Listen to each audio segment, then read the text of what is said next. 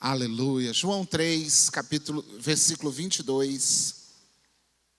Irmãos, essa mensagem mexeu comigo, mas ela mexeu comigo como igreja. E eu ia ministrar ela para os nossos líderes, para os nossos pastores. Inclusive eu ia ministrar ela num café de pastores que eu fui convidado para ministrar. Mas Deus direcionou que eu falasse dela com vocês também. Então, abra os seus olhos para você ver o mundo espiritual, os seus ouvidos, para você ouvir a mensagem, o teu coração para você deixar ela entrar. Amém? João 3, versículo 22 diz assim: Depois disso, Jesus e seus discípulos foram para a terra da Judeia. Ali permaneceu com eles e batizava.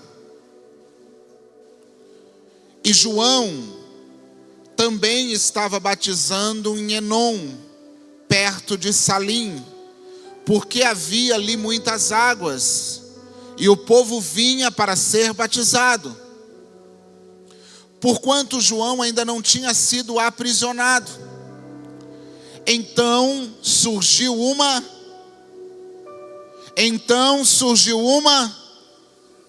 entre alguns discípulos de João e os judeus, sobre a purificação, sobre o batismo.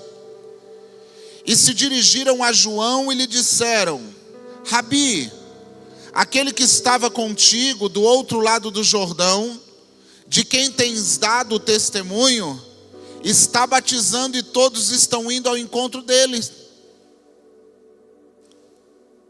Ao que João esclareceu: um homem não pode receber coisa alguma a não ser que lhe tenha sido dado do céu. Vós mesmos sois testemunhas do que eu disse. Eu não sou o Cristo, mas fui enviado como seu precursor. O que tem a noiva é o noivo. O amigo do noivo que lhe serve o ouve, alegre-se grandemente por causa da voz do noivo. Portanto, essa satisfação já se cumpriu em mim.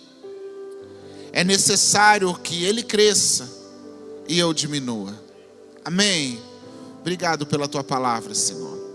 Fala aos nossos corações nessa manhã. Ministra no nosso orgulho, na nossa vaidade, nas nossas razões, nos nossos achismos, nos nossos julgamentos, nas nossas acusações. Purifica a nossa língua, Senhor. Em nome de Jesus, fala com os teus filhos. Que sejamos ministrados com poder, graça e autoridade. Em nome de Jesus. Sabe o que me chama a atenção? Me chama a atenção que os discípulos ao qual a Bíblia está citando caminhavam com João. Logo adquiriram uma admiração por João, respeito por João, acreditavam em João, tinham aquilo que João dizia por verdadeiro. E certo dia um homem chamado Jesus chegou lá e esses discípulos estavam lá. Eles ouviram João dizendo: eis aí o Cordeiro de Deus que tira o pecado do mundo. Eles ouviram João dizendo: eu não sou digno de amarrar a sandália dele. Eles viram João batizando Jesus. Mas aí isso passou. E agora tem um problema. O ministério de João não é mais exclusivo. Tem alguém batizando também. E o que deveria ser motivo de alegria passa a ser motivo de discórdia, discussão. E aqui me chama a atenção um problema que eles encontraram. João, aquele qual tu batizou agora está batizando também. Só que a igreja dele está enchendo.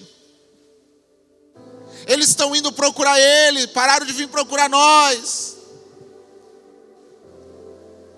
Irmãos, a gente vive um momento tão triste, tão obscuro da igreja, aonde tem pastor que enxerga um boteco cheio com alegria, mas uma igreja cheia com tristeza. Aonde ele tem mais alegria em ver fila na porta de uma balada do que ver fila na porta da igreja vizinha. Algumas vezes tratando como se fosse uma clientela. Eu preciso fazer algo porque meus clientes estão comprando no concorrente. É uma tristeza, e glória a Deus por isso. Deus vem abrir os olhos que não é algo momentâneo, é algo histórico, porque nós estamos falando de João e de Jesus, e já tendo uma divisão lá. João, nós precisamos ver qual é a estratégia, porque o povo agora começou a batizar lá.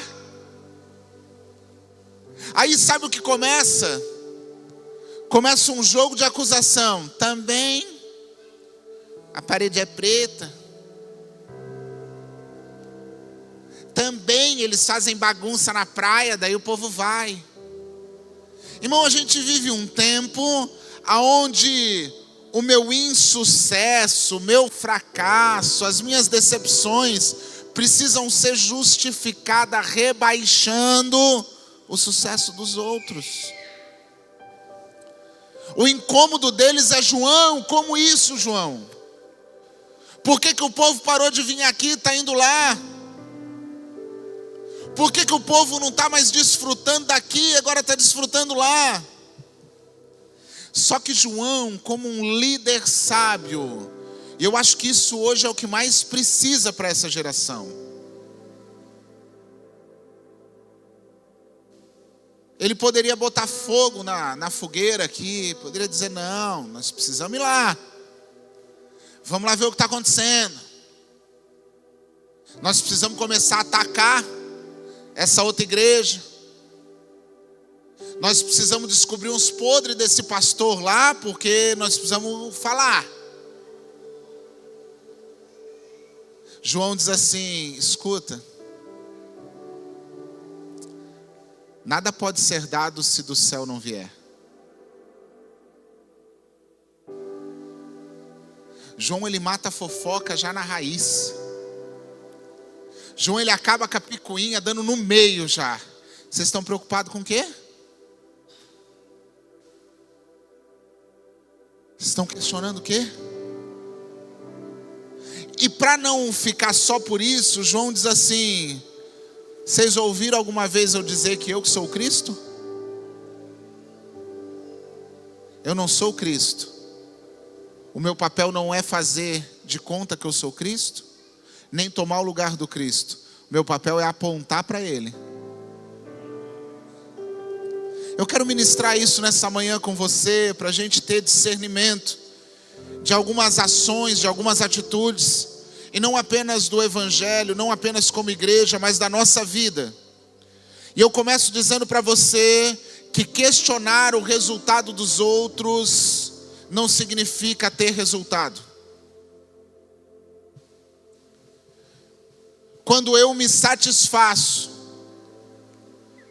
não em sair da zona de conforto, não em fazer diferente, não em me esforçar mais, me dedicar mais, quando eu me satisfaço em colocar defeito no que os outros estão fazendo, isso não muda a minha situação de fracasso. Tem muita gente que poderia estar voando, que poderia estar alcançando, que poderia estar fazendo, mas que entrou no comodismo, entrou numa zona de desculpa, entrou numa mesquinhez, numa hipocrisia, numa falta de atividade, mas quando é questionado começa a apontar o defeito dos outros. Mas também o outro deu sorte. Irmãos, deixa eu te dizer uma coisa: procurar defeito nas ações dos outros não traz qualidade, aumenta os nossos defeitos. Isso não é bíblico. apesar de usar nomes bíblicos, mas é filosófico.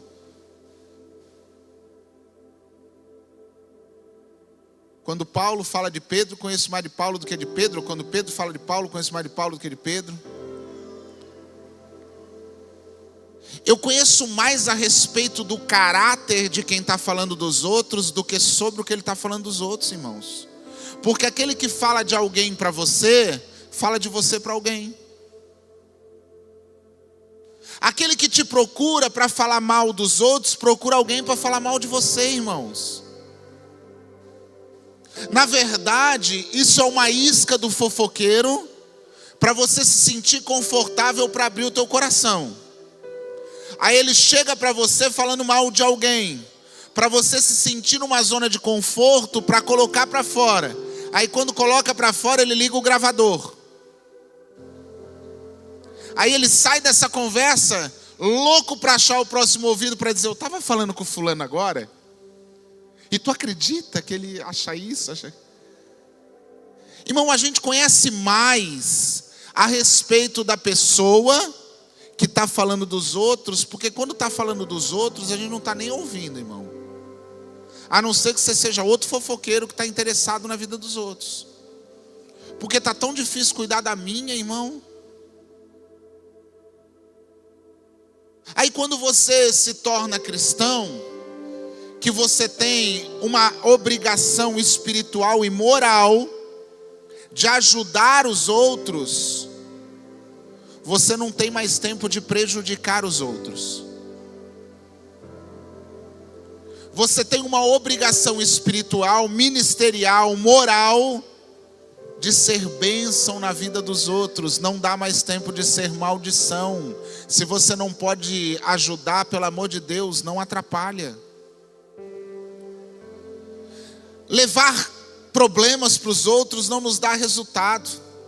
Eu gosto de uma frase que eu falava que era do Telmo, eu descobri que não é do Telmo, porque já está num livro muito antigo, que diz que o que denuncia um prédio torto é um prédio reto. Talvez você viveu como um prédio torto a vida inteira, mas você não tinha parâmetros de comparação.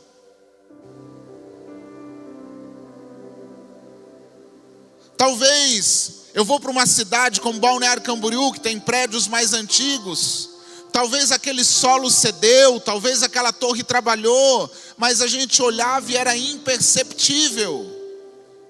Talvez a tortura, o desnível era pequeno, eram poucos centímetros, foi 1 grau. Mas quando constrói uma edificação nova no plumo reta, não tem mais como esconder, irmãos. O problema é que a gente está querendo falar dos outros torto, mas quando a gente está mais torto que os outros. O que vai denunciar um prédio torto é construir um prédio reto. Você não precisa falar, denunciar os outros quando você dá exemplo. A tua presença denuncia quem está agindo de maneira errada. O teu testemunho constrange quem está fora do padrão. Mas nós estamos falando muito e construindo pouco. Quando você chega perto de alguém, irmão, com caráter ilibado, com caráter íntegro, ele não precisa nem falar, você vê nas ações, nas atitudes, no modelo, na conversa. A gente não precisa falar, irmãos, do que os outros estão errados. Nós só precisamos fazer o que é certo. Esses líderes, discípulos, quando chegaram para João, eles estavam atrás do quê? De informação, de fofoca. Eles queriam chegar lá e queriam ouvir João dizer assim: é mesmo. Alguma coisa está errada nisso aí. Porque eles não devem estar fazendo as coisas direito. Não estão pregando a palavra. E João disse assim: ei, posso te dar uma informação? Deus me deu essa frase lá na pandemia, onde muitos amigos pastores estavam desesperados, porque as igrejas estavam fechadas, o dízimo ia parar de entrar, as ofertas, como é que nós vamos se manter? Você sabia que 30%, isso é dado, das igrejas no Brasil fecharam na pandemia? Gente. E Deus deu uma frase que diz o seguinte: um mundo abalado clama por conhecer um reino inabalável. Enquanto a gente está reclamando do caos lá fora, a gente está esquecendo no propósito de nós aqui dentro. Porque o mundo lá fora está abalado, e a igreja está brincando de casinha, de clube, só entram os associados. A gente reclama da pornografia na televisão, a gente reclama da exposição no YouTube, a gente reclama do avanço das drogas, a gente fala da criminalidade, da corrupção. Só que isso tudo é bíblico. E a notícia é: vai piorar. Vai ficar ruim para ficar bom.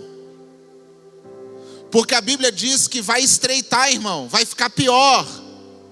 Mas a Bíblia diz que o mundo inteiro, toda a criação, clama pela manifestação dos filhos de Deus.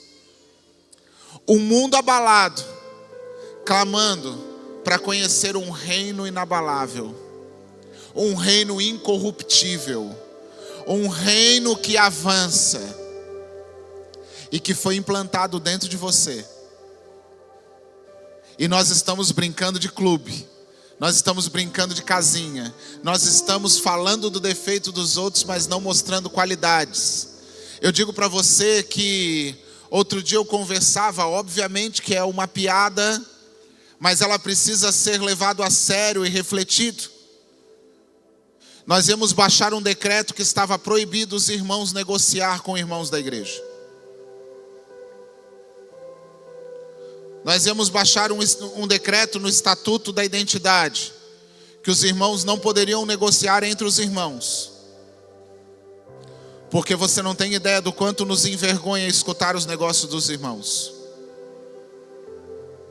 Vocês não têm ideia do que nós escutamos em gabinete, em conversas, de que um irmão fez para o outro. O mais incrível de tudo é que toda negociação acontece sem a participação da igreja. E que no final a culpa é da igreja. O irmão comprou o carro do irmão e não pagou. No dia de vender não perguntaram, não pediram direção, nada. O irmão fez a sociedade com o outro e o outro roubou. O fulano foi trabalhar na empresa do irmão e o que viu lá, e tudo estoura onde? Na igreja. Mas nós não assinamos o contrato da compra do carro, nós não assinamos a sociedade, ninguém nem pediu oração. Irmãos, deixa eu falar uma coisa: os irmãos saem namorar, o relacionamento está errado, a culpa é de quem? Da igreja. Nem pediu oração, pediu, nem propósito com Deus fez, e agora a culpa é da igreja. Um mundo abalado, clamando por um reino inabalável. Só que quem porta esse reino inabalável está abalando ainda mais o mundo. Pasmem, irmãos, eu sou muito favorável que os homens de Deus se levantem, discutam e se envolvam com a política. Porque é governo mesmo, é tomar conta e derrubar os principados. Mas nós temos sido envergonhados, irmãos. Pastores, apóstolos, bispos, reverendos, sei lá das quantas, que colocam os seus nomes nas esferas de senado, de deputados, e daqui a pouco a gente escuta o quê? A bancada mais corrupta do Congresso é a bancada evangélica. Os escândalos das emendas eram tudo o quê? Pastores.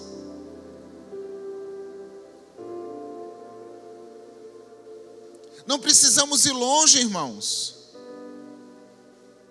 Campanha aqui municipal. Os irmãos da igreja pedindo gasolina, pedindo para pagar conta, pedindo para fazer isso, aquilo. A corrupção não começa lá, a corrupção começa no banco. Um reino abalado moralmente. E a igreja, que poderia anunciar um reino inabalável, destrói todas as estruturas pelo comportamento. Irmãos, o padrão de Jesus era muito alto. O mundo hoje está deturpado por falta de modelo. Não, pastor, o mundo não está deturpado por falta de modelo. E a falta de modelo começa em casa. Porque quando os filhos veem a gente dando a paz do Senhor na igreja e falando mal dos outros no carro, é o modelo que eles estão tendo. O modelo começa em casa. Quando eu digo, diz que o pai não está, mas eu estou vendo, o pai está aqui. Como é que o pai não está se é o pai que está mandando eu falar que não está? O mundo está deturpado por falta de modelos, e os modelos começam em casa.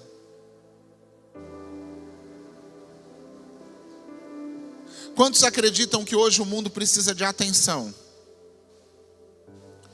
Quantos acreditam que um dos maiores problemas da atualidade, que tem causado tristeza, depressão, é carência? Pois então, a gente tem um diagnóstico que o mundo precisa de atenção, que a carência é um problema, e a gente dá o celular para o filho em vez de dar colo. Quando é que começou o problema do mundo? Em casa. Eu estou ocupado. Dá o celular lá para ver se a criança fica, porque eu preciso fazer as coisas.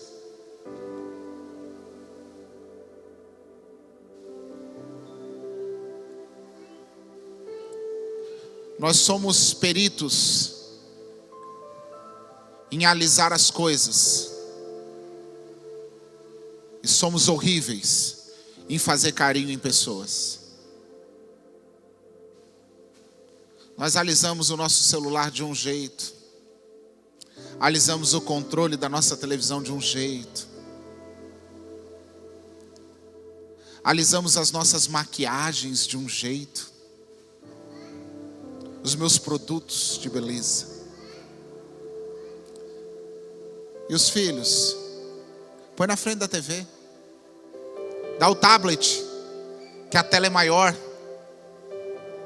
Dá um joguinho.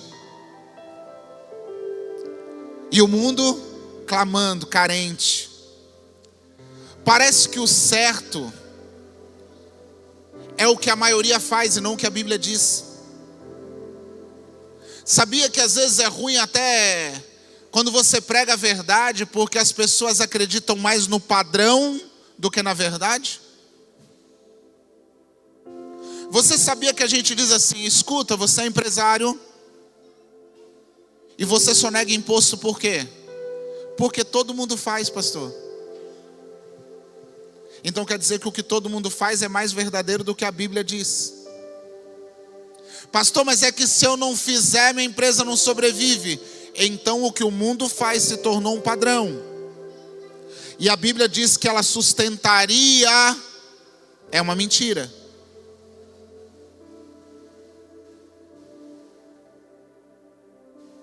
É difícil. Se você tem, azar é teu, irmão. Mas a gente chega na casa dos crentes, tudo com TV gato. E diz o quê? Todo mundo tem. É normal. Porque todo mundo tem, deixou de ser errado então.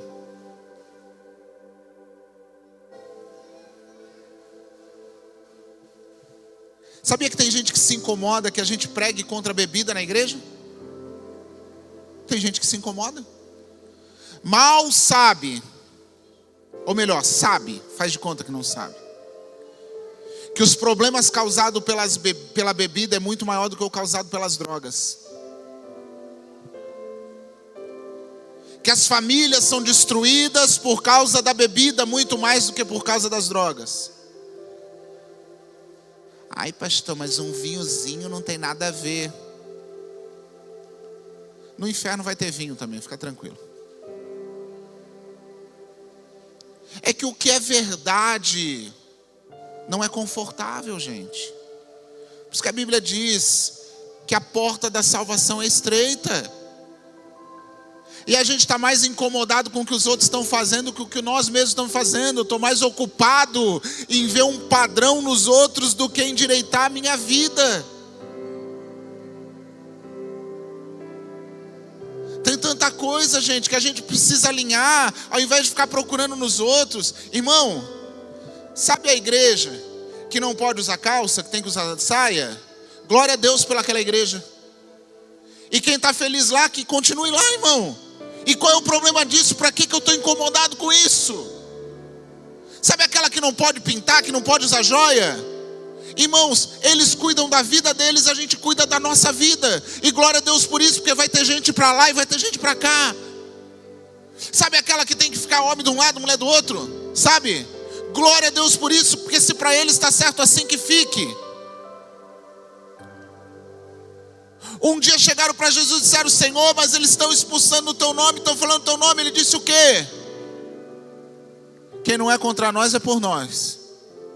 Deixa que continue.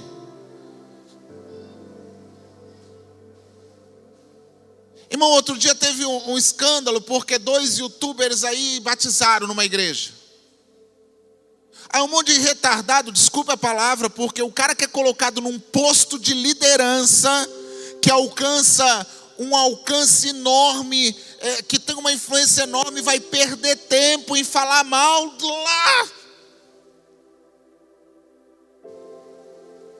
Batizar os 2 youtubers, quero ver se vão mudar de vida. Irmão, quem garante que tu vai mudar de vida? Batizar, agora quero ver se arrependeram. Irmão, quem garante que você se arrependeu? Desde quando nós passamos a ser juiz das pessoas? Desde quando nós temos condições e méritos de declarar quem pode e quem não pode, irmão? Batismo é o começo de tudo. O casal lá batizou, irmão. Se no outro dia estiver na festa bebendo, o problema é deles, não é nosso. Mas se eu negar o acesso dele ao batismo, o problema é meu, porque eu chamei para mim uma responsabilidade que nunca foi minha. O nosso papel é falar a verdade, amém? Nós já passamos por tantas, irmãos. Um casal de mulheres nos procurou, 2 argentinas na época. Pastor, nós queremos batizar. Não tem problema, mas você sabe que eu vou orar para vocês morrer lá dentro, né? Porque a primeira coisa que vai acontecer é que quando vocês descer as águas, nunca mais vocês 2 ficam juntas. Como assim, pastor? Porque esse não é o projeto de Deus. Mas eu posso batizar? Pode, claro que pode. Eu é que não sou louco de negar. Eu batizo, não tem problema nenhum. Só que quando vocês saírem de lá, a minha oração é que vocês cumpram o propósito de Deus na vida de vocês. Pastor, isso não pode pregar mais hoje na igreja. Então não é igreja, é seita. Porque a verdade tem que ser pregada na igreja, gente. João Batista vem nos dizer isso. Ei, nós estamos perdendo mais tempo discutindo métodos do que anunciando o reino.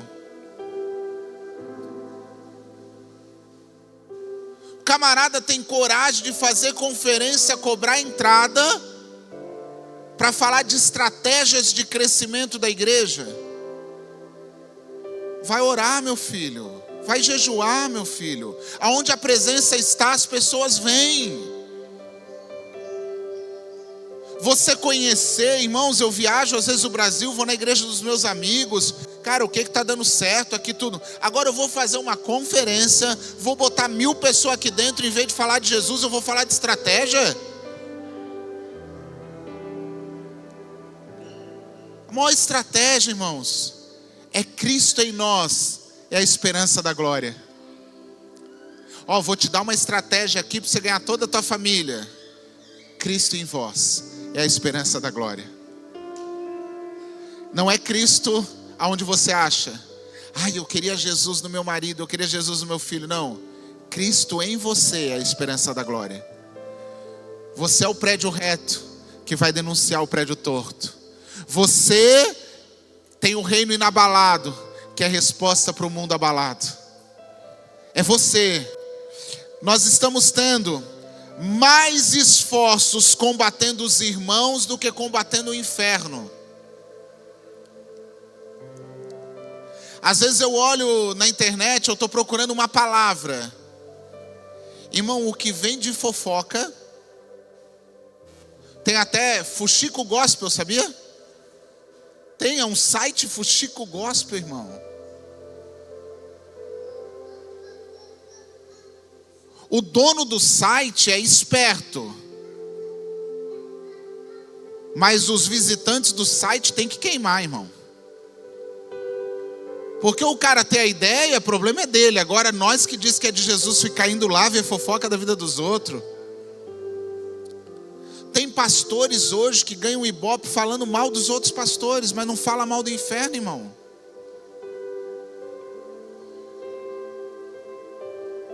João, eles estão batizando, João.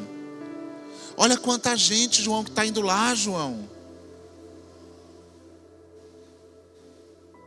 A gente passa mais tempo lendo e assistindo porcaria do que edificando a nossa vida. Você tem mais tempo de série do que tem de Bíblia? Você tem mais tempo de futebol do que tem de culto? Você tem mais tempo de celular do que tem de oração? E eu tenho certeza de tudo que eu falei, eu não errei uma aqui. E quando a gente fala, por que não ora, por que não lê a Bíblia, é porque eu não tenho? Não tenho tempo. O senhor não sabe como o meu dia é corrido. Também com tanta porcaria assim, tem que ficar corrido, né? Está ocupado demais. O tempo é um bem tão precioso que você só tem uma vez. O ladrão do tempo tem o maior prazer de roubar o tempo, porque cada segundo que ele rouba teu é um segundo a menos que você vive a promessa. Cada meia hora que você perde nesse celular é uma festa lá no inferno. Meia hora a menos de propósito se cumprindo. E a gente tem tempo para isso, só não tem tempo para ele. Rabi, eles estão indo lá com Jesus. Você batizou ele e agora ele tem mais sucesso que você. Irmãos, eu estou queimando meu coração porque esse ano é um ano onde nós vamos preparar filhos que vão ter muito mais sucesso que a gente. Irmãos, deixa eu dizer algo para você, não se assuste com o que eu vou dizer. A identidade começou em Bombinhas, mas ela não vai ser a maior que vai existir. Até porque nós temos uma limitação geográfica, uma limitação populacional. E daqui a pouco, eu creio, nós vamos ter igrejas, identidade em outros lugares que vão ter 20 mil, 30 mil pessoas. E sim, Bombinhas vai continuar crescendo. A cidade vai continuar crescendo, o número de pessoas vai continuar crescendo, mas eu creio que vão ter lugares muito maiores. Mas aqui vai continuar sendo a sede. Aqui vai continuar sendo o início. Pastores serão enviados para essas igrejas, vão assumir os campos. E talvez eles vão pastorear mais gente do que eu. Mas eu vou continuar sendo pastor deles, irmãos. E quanto mais o fundamento cresce, mais a cobertura cresce. Os discípulos estão preocupados porque Jesus está se tornando maior que João. Mas se aqui João fosse um líder fraco, seria contaminado com o veneno dos discípulos. Se você como líder, qualquer lugar na tua empresa, na tua casa, você como líder ministerial na igreja, você der mais ouvido para as pessoas do que para o céu, você é contaminado com veneno que mata o teu propósito. Se aqui o João não fosse um líder sensato, posicionado, pois é, né? A gente tem que fazer alguma coisa, tem que tomar uma atitude com isso. Você precisa entender que aquilo que Deus falou para você a respeito da tua casa é verdade. O que Deus falou a respeito de algumas pessoas para você é verdade. Por mais que as outras pessoas venham falar alguma coisa contrária, não tome decisões precipitadas. Ontem a Luana, ela mandou uma mensagem de manhã, e eu tinha uma resposta para ela. Mas Deus tem me ensinado a não responder de imediato. Aí eu li a mensagem dela, vou orar. Deu 10 minutos, Luana? Não deu 10 minutos, ela já mandou assim: pastor, não precisa mais. A Luana tinha um convite para ir tocar em outro lugar ontem. Coincidiu as datas com o nosso luau. Ela queria levar toda a banda e claro que ia me deixar triste, porque era um evento da igreja. Era importante, é na praia, olha a visibilidade de todo mundo que está passando, de ser impactado pela presença das pessoas. Ela me mandou e eu já tinha dito para ela assim: olha, eu gostaria de toda a igreja junto, eu gostaria de, principalmente quem é obreiro, quem ocupa cargos na igreja, precisa se preocupar em estar em todos os eventos que são da igreja. Marcar presença, porque é um corpo, e um corpo não pode faltar pedaço, irmão. Mas aí quando ela mandou, minha vontade era responder assim: cara, não vai, porque não está certo. Mas eu falei: eu vou orar.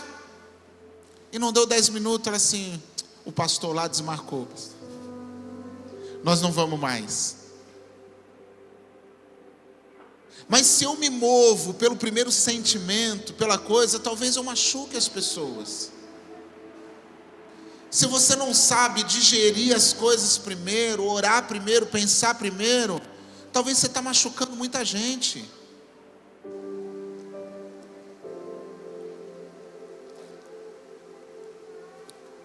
Olha a resposta dele: descansa. O homem não pode receber nada que não venha do céu. Pastor, mas então como é que você fala a respeito dos resultados que as pessoas obtêm e coisas, e as pessoas estão fora de padrão? Quando ele diz isso, ele está querendo dar uma mensagem. Eu quero que você entenda isso, até para você não viver de comparação e não viver triste. O homem não pode receber nada se o céu não enviar. Sabe o que ele está dizendo? Se for de Deus, não adianta lutar contra. E se não for de Deus, vai passar logo. Irmãos, para de se preocupar com o resultado de quem não é cristão, irmão. Para de se comparar. É porque o outro é macumbeiro, mas olha lá, o cara está rico, o cara está milionário. Irmão, isso tudo vai passar. Porque o que é de Deus é para sempre, e aí não adianta lutar contra. Agora, o que não é de Deus é tão breve, tão passageiro.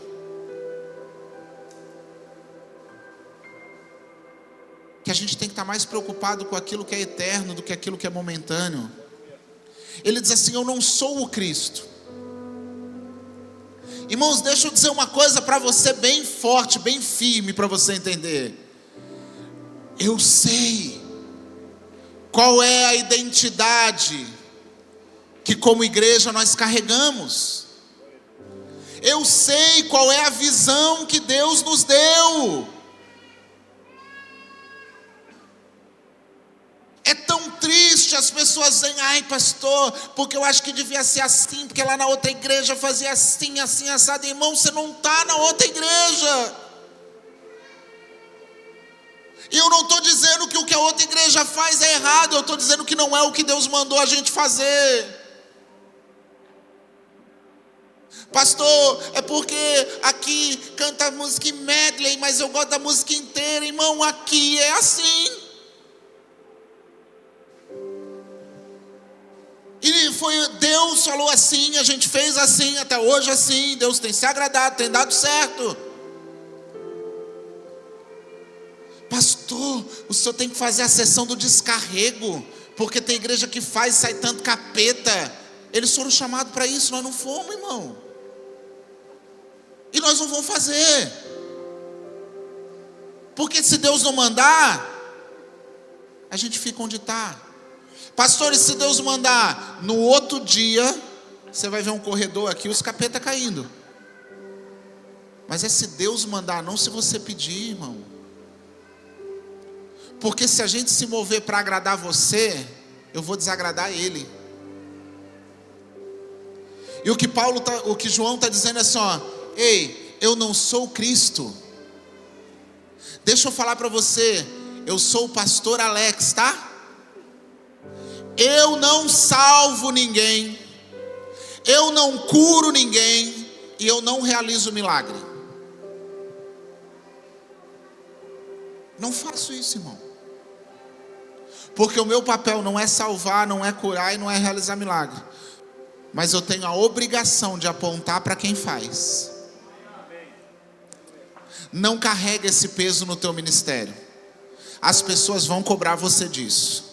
Quem tem ministério aqui, quem já está na frente de liderança, as pessoas vão depositar essa expectativa em você. E não se orgulhe dessa expectativa, porque ela vai ser peso para você.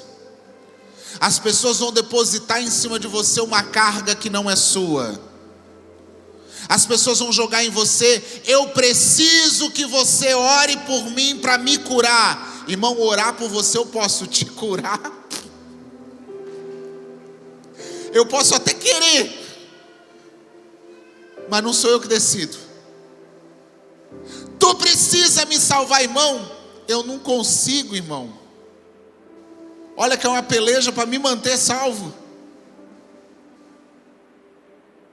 Mas eu posso te apontar quem salva. Eu posso te apontar quem cura. E eu tenho prazer em te mostrar quem faz milagre. João está dizendo isso: ei, vocês são prova que desde o início eu anunciei que eu não sou Cristo. Eu não sou Jesus popstar. Eu não quero o lugar dele, irmão. O único que quis o lugar dele, eu sei onde está. O único que disse que o trono era para ele, não era para Jesus, eu sei para onde foi. Deixa eu aqui na minha insignificância, eu estou felizão. Eu prefiro continuar apontando para ele. E quando aconteceu, o menino foi curado, não sei o quê. Eu nem lá estava, irmão, estava aqui na praia.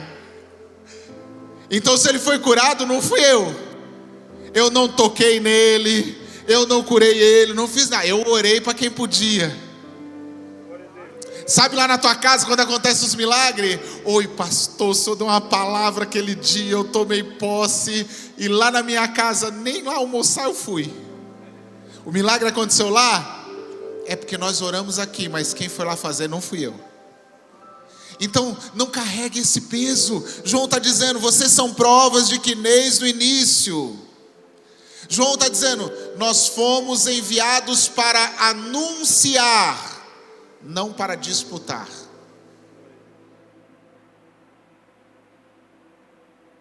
Nós estávamos essa semana, né, Diego?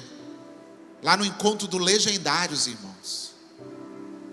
O movimento tem crescido no país, tem alcançado tanta gente, irmãos.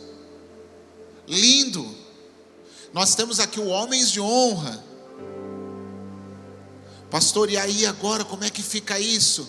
Irmão, eu fui chamado para anunciar e não para disputar. Eu acho que um trabalha com uma coisa, outro trabalha com outra, os dois caminham junto. Se os dois estiverem apontando para o mesmo Cristo, faz parte todo do mesmo reino, da mesma estratégia, do mesmo crescimento. Pessoas serão ganhadas aqui, pessoas serão ganhadas lá, e essas pessoas vão se encontrar no mesmo lugar. A gente foi chamado para anunciar, não para disputar, filho. Sabia, você não vai acreditar o que eu vou falar. Sabia que as pessoas disputam cargo até na igreja?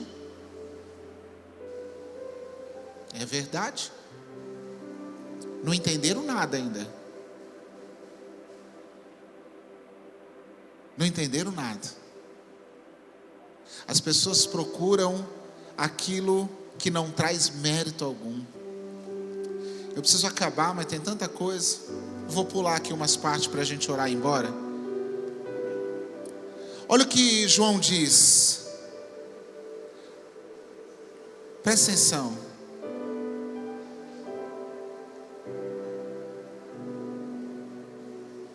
O que tem a noiva é o noivo.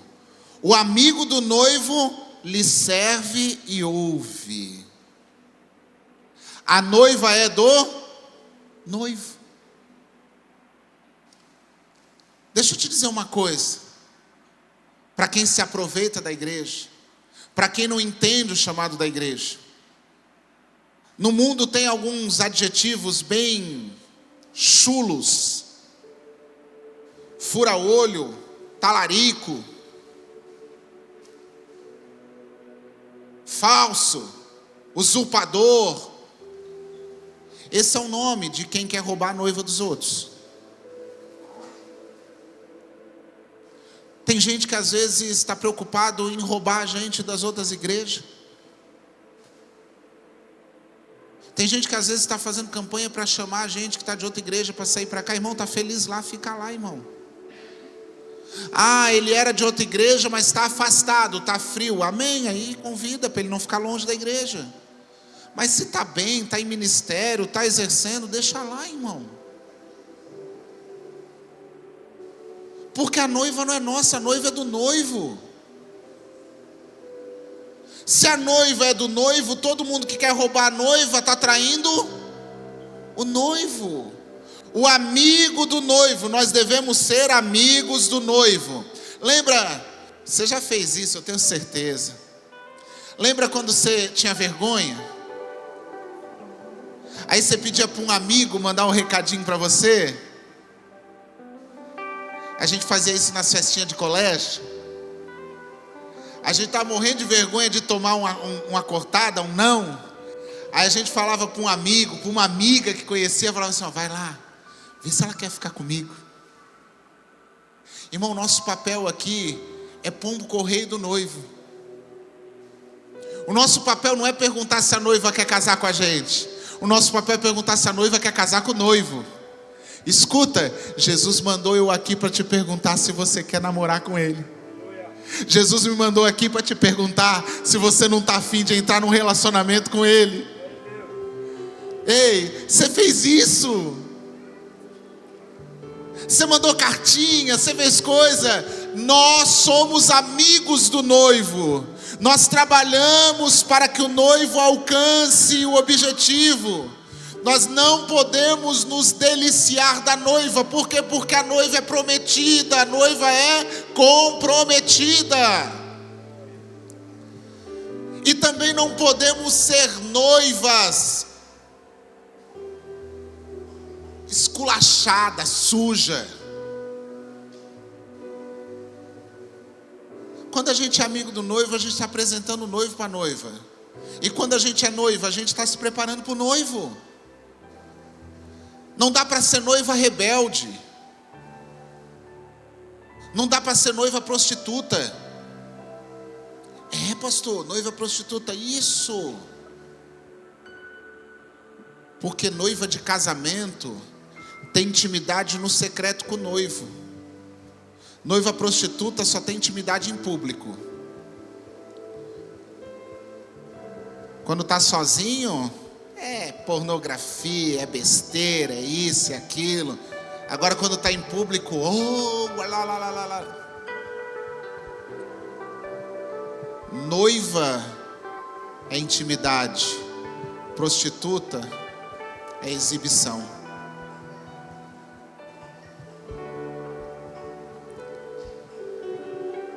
Noiva imprudente. A Bíblia tem uma parábola que trata disso. Tem azeite aí? A lamparina está acesa aí? Porque se o noivo estivesse voltando agora e a lamparina tivesse apagada, se o noivo viesse nessa manhã como um arrebatamento, a noiva tem que estar pronta. E para a gente terminar, ele diz: nós somos o amigo do noivo, e é importante que ele cresça e eu diminua. Você quer ver a tua vida ser transformada? Que ele cresça e você diminua. Quanto menos de você tiver e mais dele tiver em você, mais rápido virão as promessas. Quanto menos de você tiver e mais dele tiver em você. João Batista, ele foi incrível, sabia? Cara, quando eu olho para a palavra, João Batista era a voz que clama no deserto. Ele nunca se importou de estar no deserto. Ele nunca murmurou por estar no deserto, porque importava que ele cresça e eu diminua. Se eu precisar estar no deserto para ele crescer, que eu fique no deserto.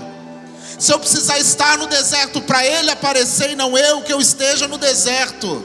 João Batista, ele foi profetizado já em Isaías, a voz que clama no deserto. E quando ele vem, ele faz o quê? Então é para lá que eu vou, se esse é o meu chamado. Eu não me importo, eu não quero altar, eu não quero holofote, eu não quero exibição. O meu lugar é deserto, é lá no deserto que eu estou. Que ele cresça, que eu diminua, que ele apareça, que eu me constranja com a sua glória e trouxe infinita humildade, servo de todos os irmãos. Ele era aquele que abria o caminho. Irmão, não se importe de ser aquele que abre o caminho.